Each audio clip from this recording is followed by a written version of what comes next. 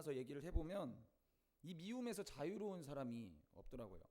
운동선수인 청년도 만나봤고, 직장에 다니는 청년, 학교 교사인 청년, 모두 이 미움에 대한 문제, 이 미움의 문제를 잘 해결을 하지 못하는 것들을 제가 많이 경험했습니다. 또 많은 청년들이 가장 가까운, 가장 사랑해야 될 대상인 가족에 대한 미움들, 이게 해결이 안 된다고 호소하는 청년들도 제가 정말 많이 봤어요. 많이 듣고. 미운 데 사랑하는 것, 여러분 쉬우신가요? 어렵죠? 어려우시면 아멘. 쉬우신가 봐요. 근데 성경은 참 이런 말 많이 해요. 원수를 사랑해라. 잘못한 사람을 몇 번까지 용서해야 되느냐라는 질문에 예수님 뭐라고 말씀하시냐면 490번까지 용서해야 된다. 70번씩 7번이라도 용서해라 라고 얘기를 하시잖아요. 너희가 미워하는 사람 용서하지 않고 사랑하지 않으면 하나님께서도 너희를 똑같이 대하실 것이다. 이런 구절이 성경에 진짜 많아요. 여러분 한번 시간 되시면 집에 가셔서 미움, 용서, 원수 이렇게 성경에서 한번 쳐보세요. 그러면 용서해라, 원수를 사랑해라 라고 하는 구절이 굉장히 많이 나올 거예요. 성경 말씀처럼 정말 원수를 사랑하고 미움에서 자유한 사람이 되고 싶지 않으십니까? 저는 되고 싶은데 그게 잘 힘들어요. 정말 성경 말씀처럼 원수를 사랑하고 미움에서 자유한 사람이 될 수는 없을까? 우리는 왜 이렇게 미운 사람을 이렇게 사랑하지 못할까요? 이렇게 용서하지 못할까요? 오늘 말씀을 통해서 여러분들이 미움을 이기는 해안이 열리는 귀한 시간 되기를 바랍니다. 아멘. 우리 옆 사람에게 먼저 이렇게 인사했으면 좋겠어요. 일단 3초간 한 지그시 바라보십시오. 3초간 지그시 바라보시고 일단 먼저 한숨 쉬십시오. 에휴. 따라합시다. 그래도 사랑한다. 그래도 사랑합니다. 먼저 오늘 본문 말씀 다루기 전에 사랑이 무엇일까에 대해서 한번 좀 생각을 해봤으면 좋겠어요. 제가 한 주 동안 굉장히 고민을 많이 했거든요. 사랑이 뭘까? 왜 우리는 용서하지 못하고 원수를 사랑하지 못하는 것일까? 제가 내린 결론은 뭐냐면 먼저는 사랑이 뭔지 제대로 모르기 때문에 우리가 그 사랑을 모르고 그것 때문에 용서할 수 없다라는 생각이 들었어요. 여러분 사랑이 무엇인가요? 사랑이 뭐라고 생각하세요? 진짜 사랑이 뭐라고 생각하세요? 네. 힘듭니다. 사랑. 그것이 미움의 원인과 굉장히 깊은 관련이 있어요. 근데 이 사랑에 대해서 제대로 알지 못하면 해결이 안 됩니다. 사랑을 제대로 알지 못하면 용서가 안 되고 미움을 이길 수가 없는 것이죠. 지금은 제가 사랑이 뭔가를 아주 조금 아는 것 같아요. 아주 조금. 근데 어릴 때는 이 사랑이 뭔지 잘 몰랐어요. 그런데 안다고 생각을 했거든요. 그래서 저는 저 스스로를 사랑꾼이라고 착각했습니다. 그도 그럴 것이 제가 그 엄청난 이벤트의 사나이예요. 여러분 잘 모르시겠지만 제가 왕년에 한 로맨틱 했습니다. 로맨티스트였습니다. 별의별 이벤트 안 해본 이벤트가 없는 것 같아요. 한 번은 이제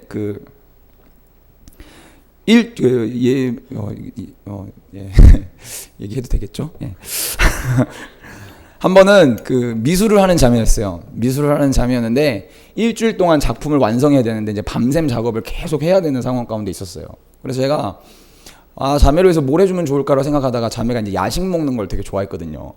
그래서 제가 새벽 4시가 되면 어김없이 매일마다 메뉴를 바꿔가지고 야식을 배달했어요. 또 가서 볼 수 있는 것도 아니에요. 한 3분 정도 얘기 나누고 돌아오고. 놀라운 사실은 산 게 아니라 제가 만들었다라는 거죠. 예.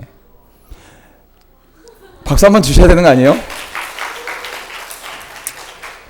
하루는 떡볶이 만들어서 새벽 4시가 되면 가서 전달해주고 오고, 그 다음 날은 부침개, 그 다음엔 대하 사다가 대하튀김. 진짜예요, 진짜.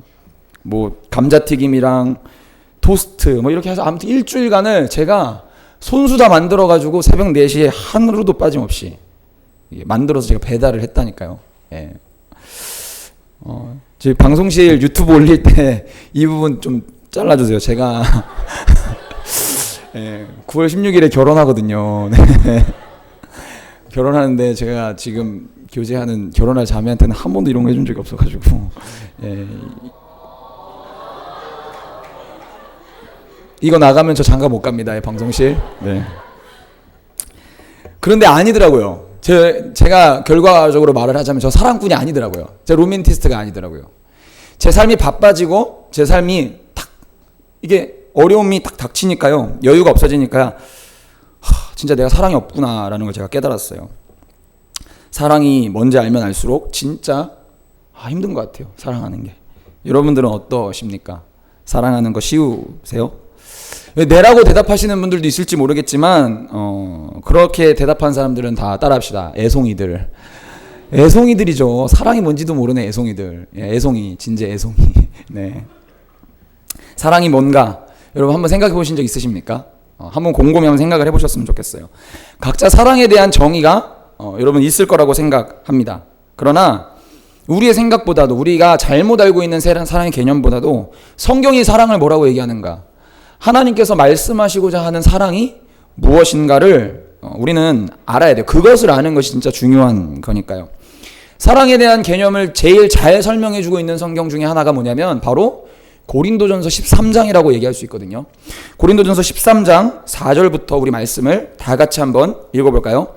사랑은 오래 참고 사랑은 온유하며 시기하지 아니하며 사랑은 자랑하지 아니하며 교만하지 아니하며 무례히 행하지 아니하며 자기의 유익을 구하지 아니하며 성내지 아니하며 악한 것을 생각하지 아니하며 불의를 기뻐하지 아니하며 진리와 함께 기뻐하고 모든 것을 참으며 모든 것을 믿으며 모든 것을 바라며 모든 것을 견디느니라. 아멘. 성경이 말하는 하나님께서 말씀하시는 사랑의 정의가 처음 시작이 오래 참고로 시작해요. 사랑은 언제나 오래 참고, 그리고 끝나는 구절이 뭐예요? 견디느니라. 무슨 말일까요? 사랑은 의지라는 거예요. 의지. 대부분의 사람들이 사랑을 감정이라고 생각하죠. 그래서 잘못된 거예요. 사랑을 감정이라고 생각하는 것에서부터 우리가 용서가 안 되는 부분들, 제대로 사랑을 할 수 없는 부분들이 여기에서 발생하는 거죠. 그런데도 대부분의 사람들은 사랑을 여전히 감정이라고 생각합니다. 제가 멜론에 들어가서요, 사랑이라고 이렇게 쳐보니까 어마어마한 노래들이 무수히 많이 나오더라고요. 가사를 보니까 막 정말 손발이 오그라드는 가사들이 많았습니다. 제가 읽어드릴게요. 아시는 분들 있겠지만, 발그레 물드는 내 맘은 너에게 어느새 라랄랄랄라, 내리는 이 비에 어깨가 다 젖어도 love you 라랄랄랄라, 비오는 거리를 걷다 수줍은 웃음이나 내 볼에 너의 입술, 사랑은 빗소리를 타고. 그리고 또 요거 하나 있는데, 여러분 이거 보면서 참 남자들 못했다라는 생각을 제가 했어요. 보세요. 해와 달이 지고 별이 비치고 떨어진다 해도, 바닷물이 마르고 바람과 구름 사라져도 사랑해 사랑해, 심장에 새겨놓고서 한 번 한 번 뛸 때마다 사랑해 사랑해. 어이가 없죠. 네. 남자들 진짜 많이 하는 뽕이잖아요. 다들 너를 위해 죽을 수 있어. 그런 애들 죽여버려야 되거든요. 못 죽어요. 금방 질려요. 바다 마를 것 같지도 않고 땀이 마르기도 전에 사랑이 식어버린다니까요. 여러분 조심하십시오. 여성분들 제가 한번 모아다가 남자는 XXX라는 주제로 이성교제 특강도 한번 해야 될 것 같긴 하지만, 네. 아무튼 세상이 말하는 감정이 뭐냐면 세상이 말하는 사랑이 뭐냐면 감정. 그래서 그 순간의 감정에 충실하고 그 감정을 채우면 그것이 사랑이라고 말하는 것이 바로 세상의 논리고 세상이 말하는 사랑에 대한 개념인 거죠. 근데 성경은 사랑이 감정이 아니라고 얘기합니다. 오늘 말씀을 봐도요, 사랑은 감정이 아니라는 사실을 알 수가 있어요. 오늘 본문 말씀 27절부터 9절까지 말씀을 한번 읽어보겠습니다. 그러나 너희 듣는 자에게 내가 이르노니 너희 원수를 사랑하며 너희를 미워하는 자를 선대하며 너희를 저주하는 자를 위하여 축복하며 너희를 모욕하는 자를 위하여 기도하라. 너의 입뺨을 치는 자에게 젖뺨도 돌려대며 내 겉옷을 빼앗는 자에게 속옷도 거절하지 말라. 오늘 말씀은 뭐라고 얘기하냐면 원수를 사랑하라고 얘기를 하고 있습니다. 우리가 미워하는 대상을 사랑하라고 얘기를 하고 있는 것이죠. 근데 그 내용을 보니까 뭐라고 얘기합니까? 나를 향해서 저주하는 사람들을 축복하래요. 그리고 나를 비난하고 나를 욕하는 사람을 위해서 기도하래요. 그리고 누군가 나에게 오른뺨을 딱 때리면 내 왼뺨을 내밀라고 말하는 것이죠. 이게 사랑이라고 얘기하는 것입니다. 이걸 반대로 얘기하면 뭐냐면 선대하는 사람을 선대하고 나에게 무언가를 주고 나에게 무언가 이익을 주는 사람에게 잘해주는 것은 진정한 사랑이 아니야라고 말하는 것 같습니다. 그렇죠. 사실 여러분 생각해보면 내 감정대로 내가 원하는 대로 내 경향성이 나의 경향이 원하는 바대로 내가 행동하고 그 사람을 대하는 것, 내가 원래 좋아하는 것을 좋아하는 것이지 그건 사랑하는 것이 아니죠. 사랑은 뭡니까? 희생이죠. 사랑은 때로는 아플 수 있는 거죠. 그런데 내 경향성을 따라서 내가 좋아하는 것만 좋아하고 추구하는 것만 추구하는 것, 내 마음에 맞는 사람들만 품는다라고 하는 것은 그것은 그냥 좋아하는 것이지 그것은 사랑이 아니라는 것입니다. 여러분, 우리 속담 중에 어떤 말이 있습니까? 가는 말이 고와야 오는 말이 곱다라는 얘기 있죠. 저는 이 말이요, 한번 생각해보면 손해보지 않으려는 경제 원리가 들어있다고 생각해요. 보십시오.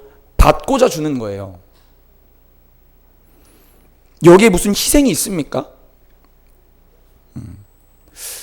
여기 희생이 없는 거죠. 받고자 주는 것. 많은 청년들이 연애를 그렇게 해요. 사랑한다고 착각해요. 그러나 그 가운데는 반드시 이해타산이 있어요. 물어보는 거죠. 지난번에도 한번 얘기를 하셨죠.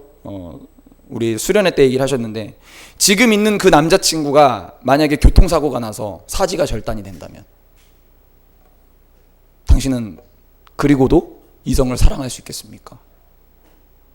지금 다니고 있는 그 직장에서 잘리고 백수가 된다 해도 그 사람을 사랑할 수 있겠습니까? 라는 질문 앞에 과연 어느 누가 네, 그래도 제가 사랑하겠습니다 라고 얘기할 수 있는 사람이 있냐라는 거죠.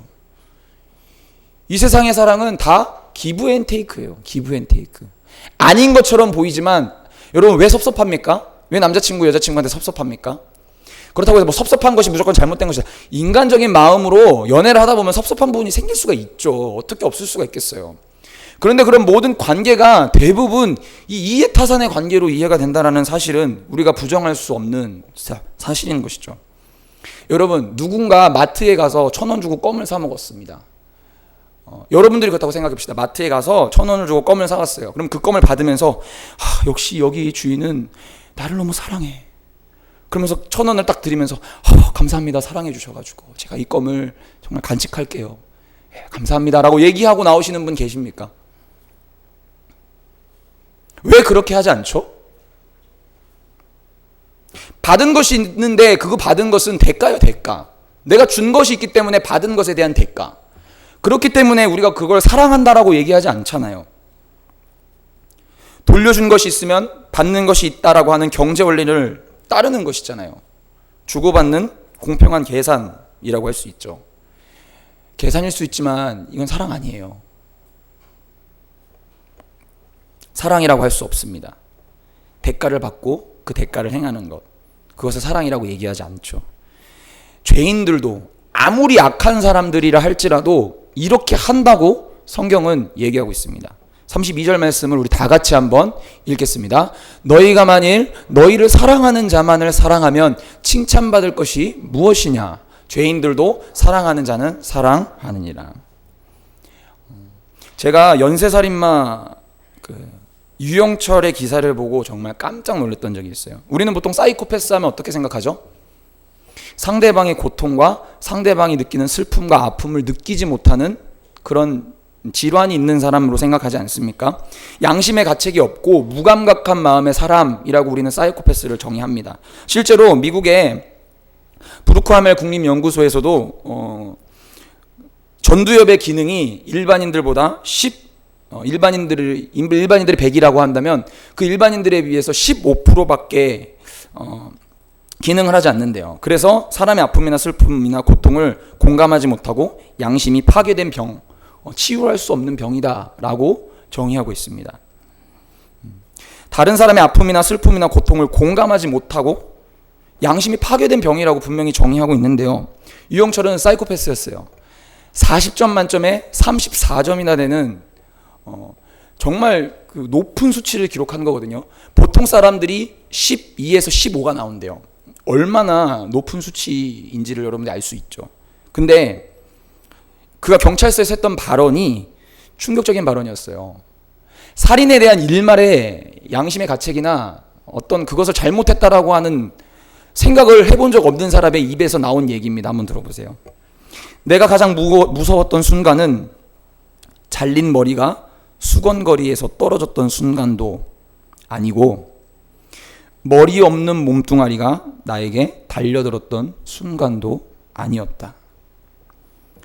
그 순간에 걸려온 아들의 아빠 아직 감기가 낫지 않았느냐라는 전화가 가장 무서웠다.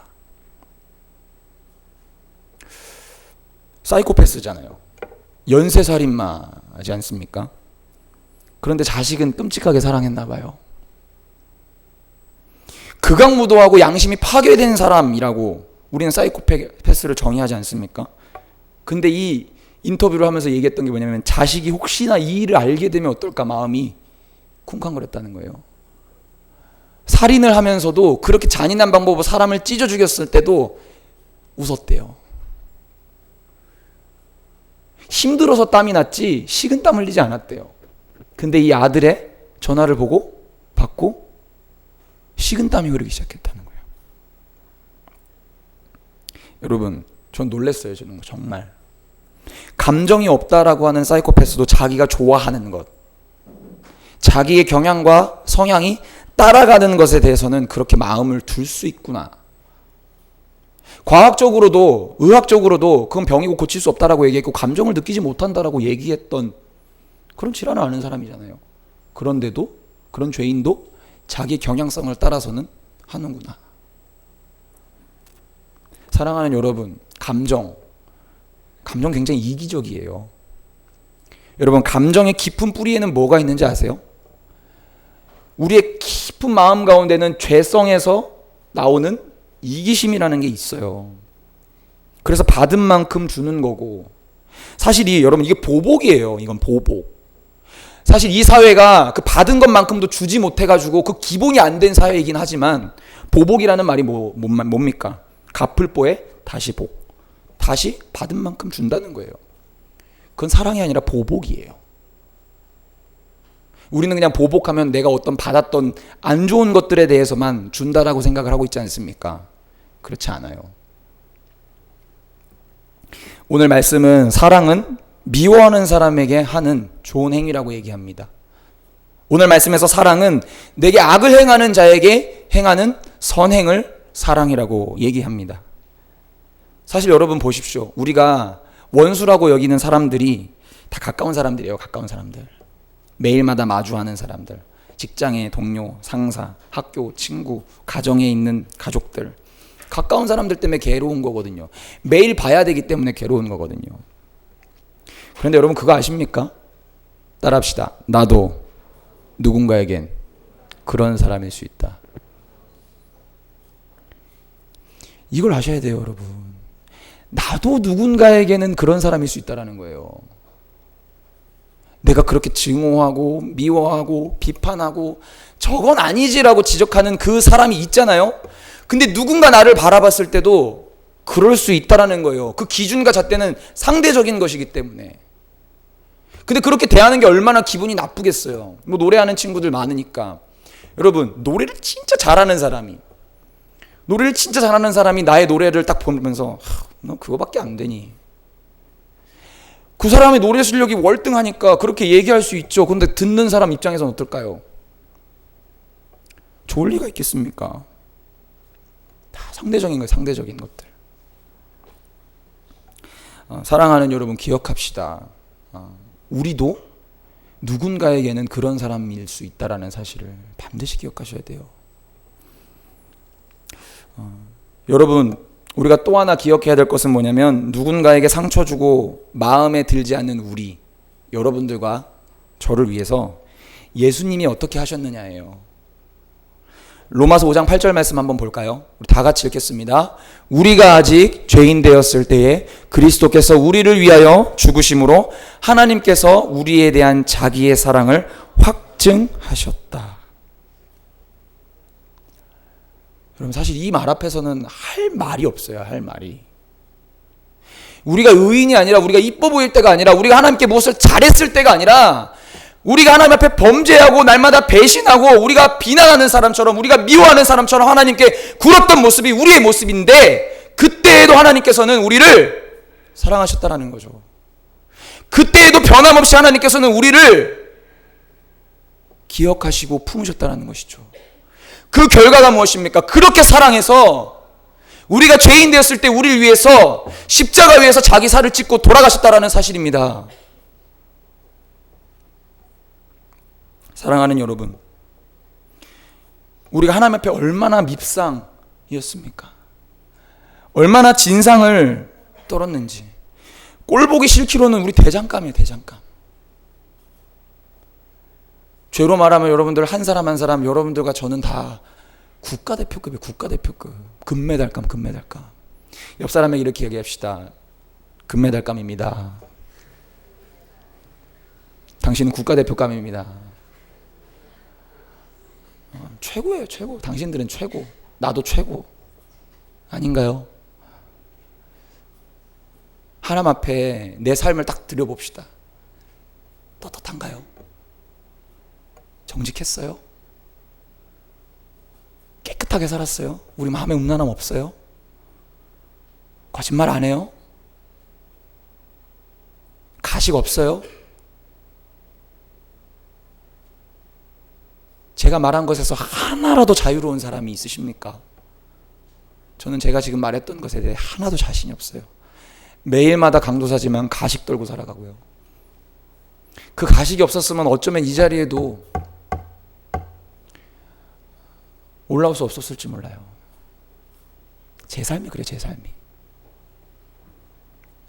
그런데 예수님은 죽으셨어요. 그런 나를 위해. 왜요? 우리에게 똑같이 그 받은 사랑을 세상 가운데 전하고 살아가려고 부르신 것이죠. 아멘. 사실 우리의 삶 가운데 허락하신 그 사람은요, 축복이에요. 이해가 안 되시죠? 왜 축복인지.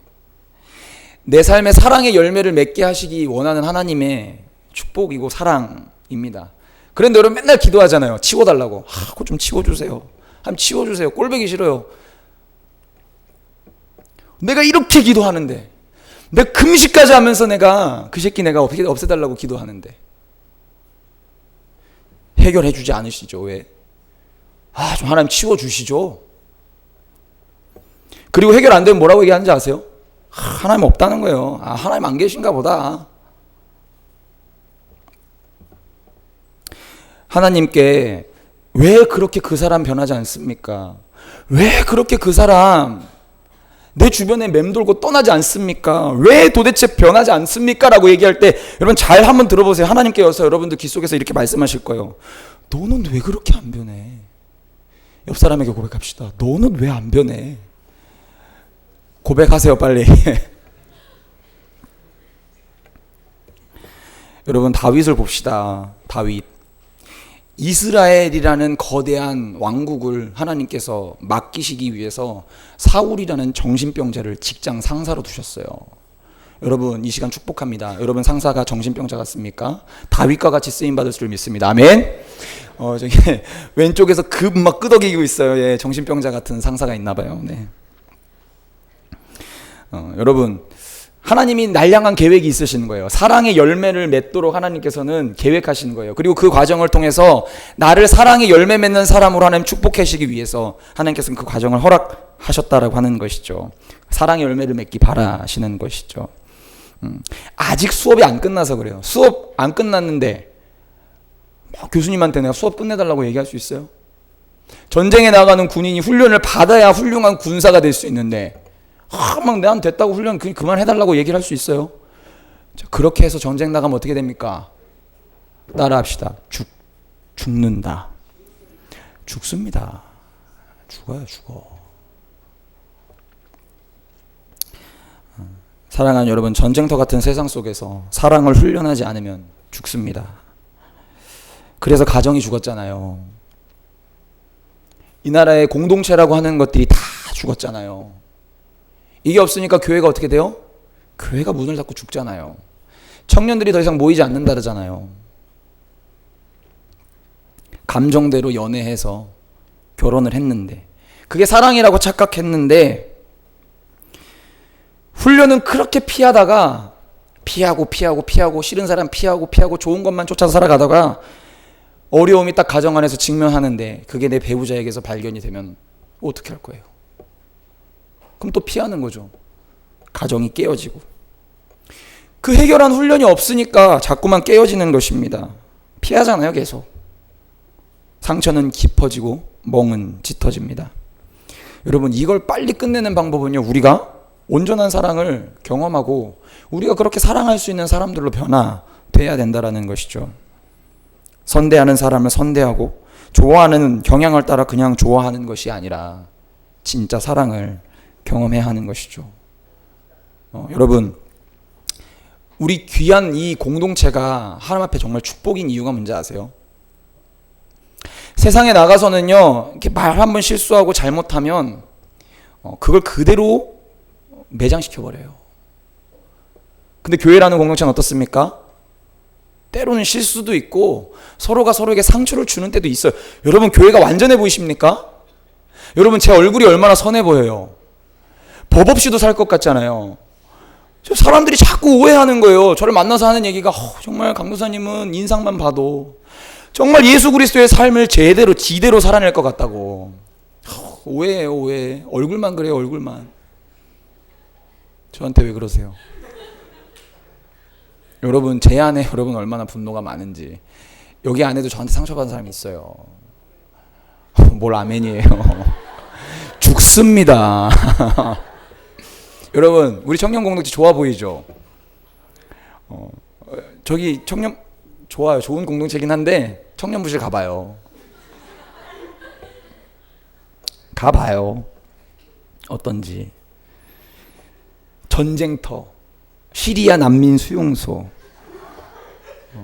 저는 뭐 IS 전쟁하는 줄 알았어요. 네, 어마어마합니다. 네. 그런데 그 안에서 훈련하는 거예요. 그래도 품고, 어느 팀장의 말 맞다나 사랑 진짜 못 해먹겠다 라고 얘기하면서 하는 거예요. 그래서 이 공동체가 귀한 거예요, 여러분. 이 공동체 안에서 사랑을 경험하는 여러분들 되셨으면 좋겠습니다. 아멘. 사랑은 훈련이에요. 훈련. 의지예요. 감정이 아니에요. 그냥 자발적으로 내 안에 막 샘솟는 게 아니에요. 내 안에 그냥 태생적으로 막 나오는 게 아니에요. 훈련해야 되는 거예요. 이 생각을 못해요, 사람들이. 여러분, 사격 처음부터 잘하는 사람 있어요? 없어요. 훈련을 해야 잘할 수 있는 거예요. 근데 이 사랑의 훈련은 훈련이라고 생각하지 않고 안 해버리는 거예요. 피하기만 하는 거예요. 그러니까 좋아하는 사람 만나서 이혼하는 거예요. 사랑하는 여러분, 우리 교회 안에서 행하는 게 다 그 훈련이에요. 전도, 선교, 교사, 리더로 봉사하는 것들 다 뭐예요? 가는 게 있는데 오는 게 없어요. 제가 요번 달부터는 조금 그 카드 금액이 많이 안 나오는데, 뭐 저번 달까지는 제가 그 월급보다 더 많은 카드 값이 나왔었어요. 200만 원씩 나왔었어요. 가는 건 있는데 오는 게 없어요. 오는 게 없어요. 처음 만나신 분들 중에 여기 많을 텐데, 제가 여러분 만나서 여러분들에게 밥 사라고 한 적 있어요? 있어요? 한 명도 없을걸요? 장담하고. 다 제가 사요. 생색내는 게 아니에요. 좋아요. 기쁨이고, 저에게 있어서 그건 가장 큰 축복이고 기쁨이에요. 섬길 수 있다라는 거. 근데 인간적으로 봤을 때 가는 게 있으면 오는 게 있어야 되잖아요. 없어요. 근데 오는 게 없는 게 아니더라고요. 선행을 하면 욕이 와요. 전도를 하는데 침이 날라와요. 제 침이 날아가네요. 근데 참 신기한 건 그 안에서 사랑이 싹 터요. 돈 주고도 살 수 없는 관계가 형성이 되는 거예요. 제가 처음 감동이었던 게 뭐였냐면, 청년 사역을 하면서 제일 처음 정말 너무 눈물 날 만큼 감동이었던 게 뭐냐면, 저는 사실 받은 게 없지 않아요. 저는 제가 쓰는 노트북도 이름 모를 사람이 그냥 제자리에 두고 가서 5년 동안 그거 누가 사준지도 모르고 썼어요. 지금까지도 저는 제가 타고 다니는 차를 누가 준지 얼굴을 몰라요. 뭐 아이패드, 뭐 기도하다가 갑자기 하나님이 갖다 주랬다고. 그리고 갖다 주고 그거 그냥 쓰고 받은 게 참 많은데요. 그것보다 더 신기한 게 뭐냐면, 여러분 이런 고백 들어보셨습니까? 자기 인생 가운데 평생을 돈 한 푼 주지 않더라도 당신을 따라가겠습니다라는 고백 한번 들어보신 적 있어요? 내가 살아있는 동안 당신이 어딜 가든지 당신이 가는 곳에 내가 따라가서 돕겠습니다. 내가 내 인생을 드리겠습니다 라고 얘기하는 거 여러분 들어보신 적 있어요? 잘난 척 한번 할게요. 전 있어요. 그리고 지금도 그 마음, 제가 학교를 짓는 게 꿈이라고 얘기했잖아요. 얼마 전에도 연락 왔어요. 강도사님 꼭 얘기해 주셔야 돼요. 강도사님 학교 지을 때 제가 있는 재산 드릴 거예요. 제가 미리 얘기하는 건 나중에 딴소리 할까 봐요. 결혼할 사람이랑도 제가 얘기를 했어요. 그 학교에 제가 재산 드릴 거라고. 여러분 들어보신 적 있어요? 저는 누구보다 다혈질적인 성격이에요. 화도 막 불같이 나요. 그런데 신기한 건요, 그런 과정 가운데 이 사랑을 훈련하고 나니까 사랑이 싹 트는 거예요. 사랑이. 이러한 경험 해보셨습니까? 여러분 우리 공동체 안에서 사랑을 듬뿍 받으십시오. 아멘. 20살들이요 밥 얻어 먹으세요. 아멘. 거기서 끝내지 마시고 쏘세요. 나중에 또 거지같이 맨날 받아먹기만 하지 말고 처음에 받아먹고. 이런 무조건적인 사랑을 경험하면요 변할 것 같지 않은 사람이 변하고 바뀌는 거예요. 여러분 94년도에 있던 사건 중에서 혹시 지존파 사건이라고 아십니까? 그 한국 역사상 가장 최악질의 사건이라고 여기는 사건인데, 살인 공장을 만들죠. 그래서 살인을 하고 그 인육을 먹습니다. 지존파라는 그 집단이. 그곳에 있는 김현양이라고 하는 그 뉴스에 나와서 얼굴도 공개됐어요. 살인을 했는데 얼굴이 너무 뻔뻔한 거예요. 찾아보세요. 김현양, 지존파 김현양 쓰면 네이버에도 지금 쫙 도배될 거예요. 방송에 나와서 뭐라고 웃으면서 얘기한지 아세요? 다 건방진 표정으로. 한 명이라도 더 못 죽인 게 아쉽다고. 어머니요, 내 손으로 죽이지 못한 게 내가 지금 막 한이라고. 어머니를 그렇게 얘기했던 사람이 김현양이라는 사람이에요. 여러분 고재봉이라는 사람 아세요?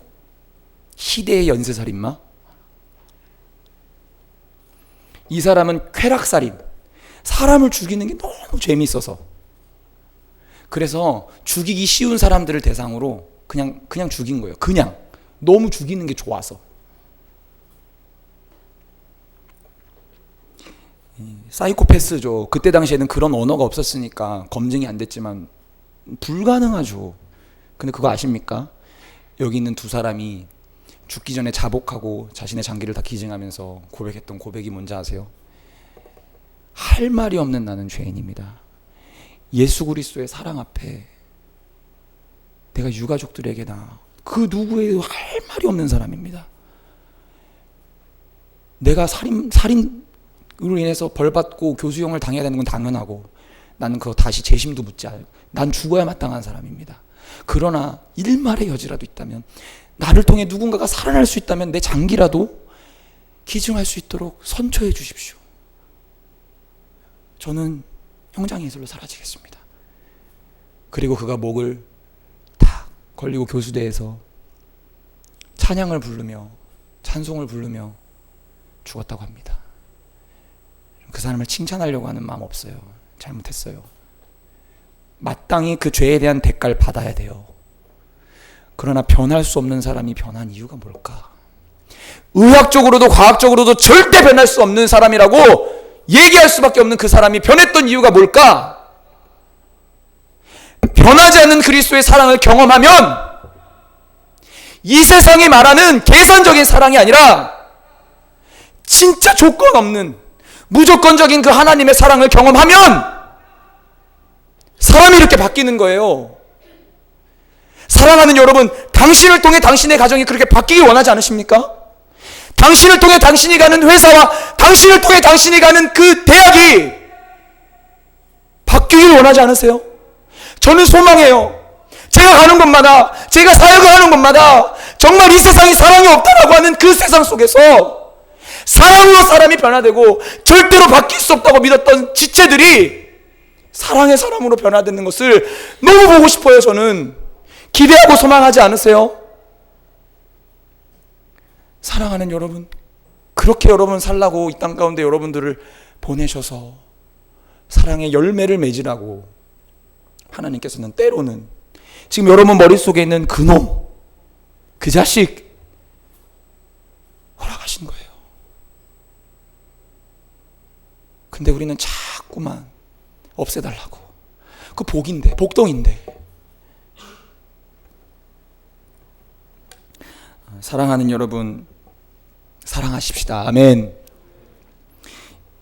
이 사랑을 하기 위해서 우리에게 제시하는 하나님의 말씀은 그 뒤에 이어서 보는 말씀인데요. 사실 누가복음 6장 27절부터 42절까지가 한 패러그래프예요. 그래서 다 봐야 되는데 오늘 본문 말씀 길어서 하나로 연결되어 있는 거지만 따로 떨어서 봤는데 그 해답을 제시합니다. 사랑과 미움과 원수 사랑에 대한 해답 두 가지. 첫 번째는 따라합시다. 비판하지 말라. 누가복음 6장 37절 그 뒤에 오는 말씀인데요. 다 같이 읽겠습니다. 비판하지 말라. 그리하면 너희가 비판을 받지 않을 것이요. 정죄하지 말라. 그리하면 너희가 정죄를 받지 않을 것이요. 용서하라. 그리하면 너희가 용서를 받을 것이요. 여러분, 비판을 왜 하죠? 비판하는 원리는 여기에서 출발하는 거예요. 자기가 선하고 상대방이 악하다라고 하는 것에서부터 그것이 전제가 된 상태에서 출발하는 게 비판의 시작이죠. 여러분, 잘못을 분별하지 말라는 얘기를 제가 하는 게 아니에요. 잘못을 그냥 무조건 덮어라고 얘기하는 것이 아니라 자꾸만 이 비판을 통해서 말을 옮기는 거예요. 계속 옆 사람에게 누가 이랬대, 제가 잘했대, 정죄하고 쟤는 어떻게 저럴 수가 있어. 제가 청년들 사이에서 또 뭐 리더들도 싸워요. 그래서 둘이 싸우면 한 명씩 꼭 만나가지고 제가 물어보거든요. 만나서 물어보면 이 친구 만나서 막 얘기를 하면 제가 막 어느 순간 그랬구나, 야 열받겠다 걔 잘못했네 이렇게 얘기가 돼요. 그리고 나서 그 아이를 혼내기 위해서 잘못했으니까 딱 가서 얘기를 들어보잖아요. 또 어떨까요? 듣다가 그렇다, 야 걔가 잘못했네, 걔 나쁘다, 야. 그리고 네가 화낼만 했네. 이게 되는 거예요. 뭡니까? 다 일리가 있어요. 만나서 얘기를 해보면 다 사정이 있어서 그랬고 다 일리가 있더라고요. 여러분, 100번 비판해 보십시오. 그 사람 변하나? 안 변해요. 100번 두고 기도해 보십시오. 그 사람 변하나? 따라합시다. 안 변한다. 안 변해요. 100일 기도해도 안 변해요. 100일 기도해도 안 변하고 안 떠나요. 왜냐면 아까 얘기했잖아요. 훈련이라니까, 훈련. 복덩이라니까요. 그게 넘어가야 돼요. 그거 회피하면 우리는 또 회피해서 그냥 해피할 것 같죠. 하지 말았어야 되는, 또 제가 언어 유희를 또 써놓은 것도 아니고 그냥 갑자기 생각이 나서 그냥 내뱉은 건데, 저는 목회자를 하지 말고 쇼미더머니를 나갔어야 됐나 봐요. 네. 아니요. 또 직면하게 하세요. 하나님 계속. 그래서 여러분 삶에 계속 얼굴만 바꿔서 찾아오는 거예요. 이름만 바꿔서.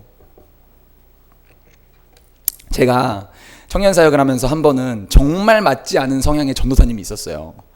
정말 맞지 않은 성향의 전도사님이 있었는데 그 전도사님이랑 정말 티격태격 많이 했거든요. 와, 진짜 티격태격 많이 하다가 한 번은 이제 그 전사님이 굉장히 큰 실수를 해서 이제 그 사역을 그만둬야 될 것 같은 상황까지 이렇게 가게 된 거예요. 그래서 제가 기도를 하는데 하나님께서 그런 마음을 주시더라고요. 야, 요한아, 야, 네가 좋아하는 사람만 그렇게 좋아하고 네 주특기가 대변하는 거 아니냐. 너 맨날 누가 뭐 있으면 너 찾아가가지고, 제가 그런 거 되게 잘했거든요. 어렸을 때부터. 뭐 있으면 선생님한테 찾아가서 용서해 주십시오. 제가 잘못한 것도 아닌데 친구 뭐 의리랍시고 제가 가가지고 막 그런 걸 제가 되게 잘했어요. 야, 너 그거 잘하지 않느냐? 그리고 너 그 목사님한테 뭐 네가 친하니까 얘기하면 그거 다 이렇게 네 얘기 듣고 용서해 주실 것 같은데 막 그런 마음 계속 주시는 거예요. 그 사람은 전혀 나와 맞지 않는 사람인데 전혀 성향도 다르고 스타일도 완전 달라요. 완전 달라요. 노영수 목사님 아니에요. 제가 마음을 다 가다듬고 있다가 목사님 찾아갔어요. 목사님, 용서해 주시죠. 그 전도사가 그런 부분들이 그렇게 됐지만 사실 이런 부분들에 대한 부분들, 이런 부분들에 대한 너무 좋지 않습니까? 그것으로 인해서 사역을 그만두기엔 우리 공동체가 손해입니다. 한번 기회 주십시오. 잘 부탁드립니다. 라고 얘기를 하고 그 일이 잘 무마가 됐어요. 저는 그 얘기를 그 전도사님이 모를 줄 알았는데 그 전도사님이 사역지를 옮기면서 저한테 이렇게 글을 썼어요. 그리고 제 자리에 그분이 진짜 쫌생이거든요. 돈을 안 써요. 돈을. 밥을 먹어도 신발끈 묶고 막. 근데 그분이 그 선물을 제 자리에 이렇게 놓고 편지를 딱 썼는데 뭐라고 썼냐면 저 그때 강도사님이 그렇게 하셨다라는 사실을 알았어요. 제가 이 은혜는 정말 평생 잊지 않겠습니다. 그분과 저 원수였다니까요. 그분과 저 원수였다니까요. 제가 뭘 바라고 한 게 아니에요. 그때 당시 유행하는 제가 막 드론을, 그 비싼 드론을 갖고 싶어서 제가 그랬던 게 아니에요. 근데 그렇게 오더라고요. 단순히 뭘 받아서 좋았던 게 아니라요. 그게 뭐예요? 사랑이 열매를 맺고 싹을 튼 거예요. 전 여러분들의 가정이 그렇게 꽃피는 가정 됐으면 좋겠어요. 아멘.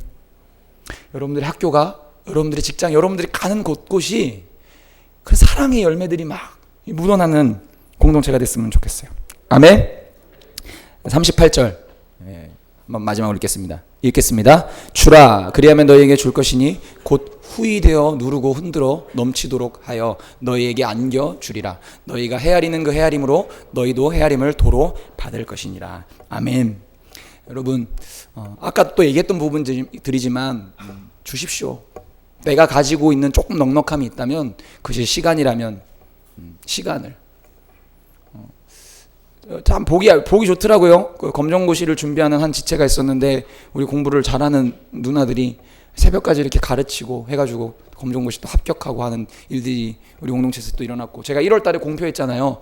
내가 돈 없지만 무조건 내가 돈 모아서 11조 돈 모아가지고 장학금 우리 너무 필요한 지체들 많은데 장학금을 주고 싶다. 제가 여러분들에게 막 공표하고 저 돈 내겠다고 얘기했잖아요. 여러분 그게 벌써 200만 원이 넘었어요. 박수 한번 주세요. 네. 이번에 또 장학금 신청했는데 더 많은 영혼들에게 장학금을 줄 수 있는 그런 기회가 또 생긴 거죠. 얼마나 감사해요. 여러분 가지고 있는 게 좀 넉넉한 부분들 아니 넉넉하지 않더라도 마음 주신다면 주십시오. 한 지체가 회사에서 월급을 받고 선교 간다고 마음 변할까봐 헌금을 했더라고요. 예. 참 그 형제 너무 감사하더라고요. 이런 공동체예요. 이런 공동체. 사랑하는 여러분, 줄 때 없어지지 않아요. 다 하늘에 쌓여요. 다. 하나님 얼마나 계산적인지 아세요? 아니요. 때로는 계산적이지 않으시죠. 내가 드린 것보다 더 많은 것을 주시니까. 들 주시진 않더라고요. 받고자가 아니라 여러분 그런 마음을 가지고 행하십시오. 아멘. 우리 그렇게 해서 선교 가는 거예요. 선교 가서 뭐예요? 주러 가는 거예요. 뭘 받으러 갑니까 우리가? 선교 가는 사람들 여러분 봉사하러 가요. 힘든 일 다 하고 전도해요. 그리고 그 사람들이 구원받지 우리가 뭐 이득이 있어요? 우리 그냥 주러 가는 거예요. 뭐 가는 거 있는데 오는 건 없을 거예요. 그러나 그 가운데 하나님의 놀라우신 보이지 않는 큰 은혜가 임할 것입니다. 아멘. 예, 다음 주에 출발하는 그 선교팀 가운데 여러분들 못 가시는 분들은 꼭 중보해 주시고 금식해 주시고 함께 협력해서 우리가 그 또 선교를 이뤄나갔으면 좋겠습니다. 아멘. 말씀 정리하려고 합니다. 사랑은 원래 내가 좋아하는 것을 따르는 게 아니에요. 때로는 내가 원치 않지만 그것까지도 품을 수 있고 사랑할 수 있는 게 그게 사랑이죠. 이 사랑 바르게 알았다면 그 사랑을 훈련할 수 있는 곳이 있잖아요. 그 사랑을 훈련할 수 있는 곳은 저는 이 사랑의 원리인 하나님 안에서 이루어진 공동체라고 생각해요. 사실 이 사랑을 줄 수 있는 방법도 여러 가지가 있어요. 봉사활동도 좋고 뭐 여러 가지 방편으로 섬길 수 있는 부분들이 있는데, 우리 그 청년 중에서 여러분 봉사활동을 800시간 한 청년이 있는 거 아세요? 근데 그 청년이 그렇게 얘기하더라고요. 이걸 하다 보니까 자기가 의가 된대요. 이게 막 나의 의로움이 되고, 또 그리고 그 봉사활동 하는 동아리 내에서 막 말할 수 없는 막 성적인 사건이 일어나고, 그런 것들을 보면서 회의감이 온 거예요. 내가 800시간이나 봉사활동을 했는데 세상이 말하는 그 사랑이라고 하는 것이 결과적으로는 이런 것인가? 그러니까 다 그런 게 있는데, 공동체 안에서는 때로는 우리도 티격태격하는 부분들이 있을 수 있지만 목적 자체가 다르잖아요. 목적 자체가. 그러니까 이 공동체 안에서 그 사랑을 받고 줄 수 있는 훈련이 여러분 삶 가운데 있었으면 좋겠습니다. 아멘. 그리고 마지막으로 이 얘기 중요해요. 따라합시다. 비판하지 말자. 다윗은 한 번도 직장 상사, 미치광이 직장 상사 사울을 비판한 적이 없어요. 다른 사람들에게 나쁘게 얘기한 적이 없어요. 여러분, 그 얘기를 하는데 내 표정 관리가 그 사람을 바라보면서 잘 된다? 잘 된다 해도 가식이죠. 위선이죠. 그러니까 아예 그런 마음이 있을 수 있거든요. 그 마음 고이 접어서 하나님께만. 그리고 직장 안에서 아무리 힘들게 해도 그 사람을 향해서 비난하는 소리를 그 주변 사람들이나 동료에게 하지 않을 수 있는 여러분들 되시길 소망합니다. 아멘. 우리 시간 찬양하고 기도합시다.